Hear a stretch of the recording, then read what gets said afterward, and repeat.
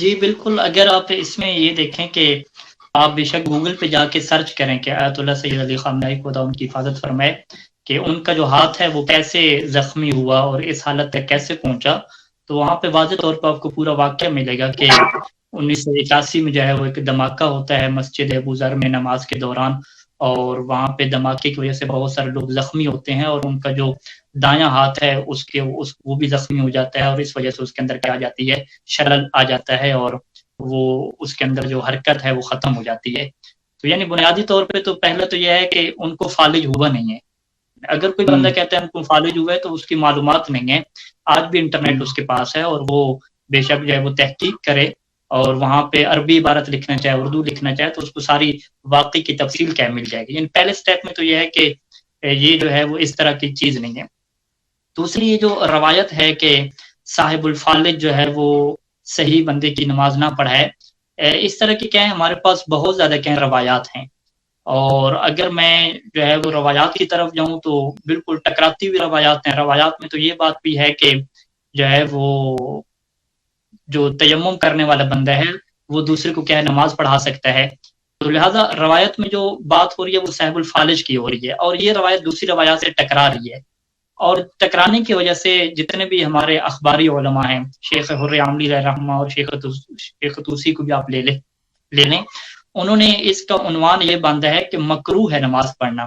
یعنی جو فالج والا بندہ ہے اس کے لیے نماز پڑھانا مکروہ ہے، ایسا نہیں ہے کہ اس کی نماز کیا ہے باطل ہے۔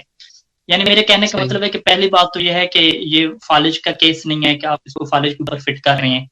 اور دوسری بات یہ ہے کہ اگر یہ فالج کا کیس ہو بھی صحیح ہے تو نہیں، اگر ہو بھی صحیح تو روایات میں اس کو مکروہ کہا گیا ہے، اس کے اوپر نماز باطل کا نہیں کہا گیا۔ اور پھر ہمارے پاس روایات واضح طور پہ موجود ہیں کہ جو نابینا انسان ہے وہ بھی کیا نماز پڑھا سکتا ہے، تو جب نابینا پڑھا سکتا ہے، دیگر افراد پڑھا سکتے ہیں، تو اس میں کیا ہے کوئی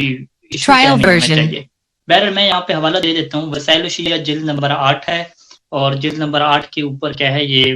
باب موجود ہیں، اور باب نمبر 22 میں جو ہے وہ عنوان یہ باندھا گیا کہ باب کراہیت و امامت المقید المطلقین و صاحب الفالج الاصحاء، کراہیت یعنی مکروہ ہے۔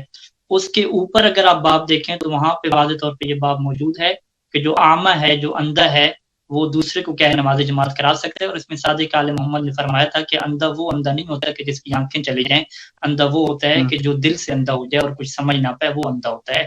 یعنی روایات میں یہ چیز موجود ہے کہ اندھا بھی کرا سکتا ہے نماز، اور دیگر جو مریض ہیں وہ بھی کیا نماز کرا سکتے ہیں۔ فقط یہ ہے کہ جو بندہ نماز صحیح نہیں پڑھ پاتا، جو روایت ہمارے پاس ہے کہ جو بیٹھ کے نماز پڑھ رہے، جو بیٹھ کے نماز پڑھ رہا ہے، یا جس کی جو ہے وہ اعضاء پورے جو ہیں وہ سجدے کے دوران زمین پہ نہیں لگتے، وہ جو ہے وہ دوسرے کو نماز نہیں پڑھا سکتا، جیسا کہ روایات میں ہے۔ یہ نہیں ہے کہ بس جس کا ہاتھ زخمی ہو گیا کسی وجہ سے اور وہ کیا نماز نہ پڑھا سکے، ایسی چیز نہیں ہے۔ اور مومنین کرام اگر واضح طور پہ روایات میں دیکھیں تو ان کو یہ چیز سمجھ آ جائے گی کہ روایت میں فالج کے الفاظ ہیں، زخمی کے الفاظ نہیں ہیں کہ جس کا ہاتھ کیا ہے زخمی ہو جائے۔ بہرحال یہ تو وہی چیز ہے کہ کسی قوم سے اگر دشمنی پیدا ہو جائے تو پھر انسان جو ہے وہ ہر چیز کو فٹ کرتا ہے، اور قرآن نے بھی یہ کہا ہے کہ دشمنی کے بھی آداب ہوتے ہیں کہ تمہیں کسی قوم کی دشمنی وَلَا يَجْرِمَنَّكُمْ شَنَآنُ قَوْمٍ أَلَّا تَعْدِلُوا، کسی قوم کی دشمنی تمہیں اس بات پہ مجبور نہ کر دے کہ تم عدالت کا جو دامن ہے وہ ہاتھ سے کیا چھوڑ دو۔ میرے خیال میں یہ سوال کافی ہمیں موضوع کی طرف کیا بڑھنا چاہیے۔